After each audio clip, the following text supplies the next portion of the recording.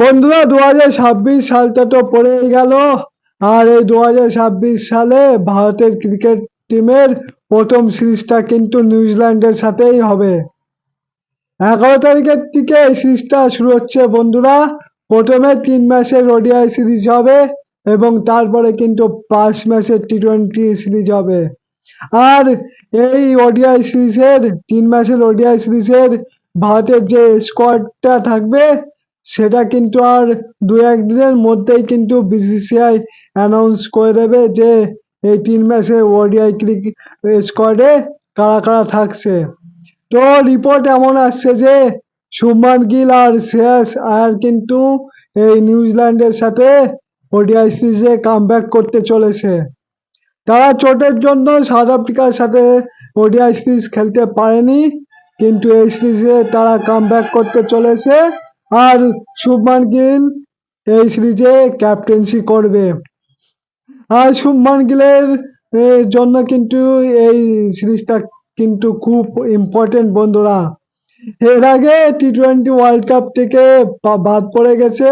আর এই সিরিজটা যদি খারাপ খেলে তাহলে কিন্তু ওডিআই স্কোয়াড থেকেও বাদ পড়তে পারে। কারণ জয়সওয়াল, ঋতুরাজ গাইকোয়াড়, ঈশান কিষান তারা কিন্তু ভালো খেলছে। আর তার খারাপ খেলা মানে ক্যাপ্টেন্সিতে থেকেও বাদ যাবে। আর তার সাথে সাথে ওডিআই স্কোয়াড থেকেও বাদ চলে যাবে। আর বন্ধুরা শোনা যাচ্ছে যে ঈশান কিষান হয়তো আবারও ওডিআইতে কামব্যাক করতে চলেছে। দারুণ খেলছে ঈশান কিষান, ডোমেস্টিকে যা পারফরমেন্স করছে দারুণ খেলছে। তো ঈশান কিষান হয়তো কামব্যাক করতে চলেছে। আর ঋষভ পান্ট বা ঈশান কিষানের মধ্যে একজনকে এই স্কোয়াডে আমরা দেখতে পাবো। তাছাড়া রোহিত শর্মা, বিরাট কোহলি অবশ্যই তাদেরকে দেখতে পারবো। কিন্তু জাসপ্রীত বুমরাহ আর আর্শদীপ সিংকে হয়তো রেস্ট দেওয়া হতে পারে এই 3 ম্যাচের ওডিআই সিরিজ থেকে। কারণ সামনে টি-20 ওয়ার্ল্ড কাপ আর বিসিসিআই হয়তো তাদেরকে রেস্ট দিতে চায়। আর টি-20 ওয়ার্ল্ড কাপ শেষ হলে তো আমরা এমনিতেই জাসপ্রীত বুমরাহ চলে আসবো ওডিআই স্কোয়াডে।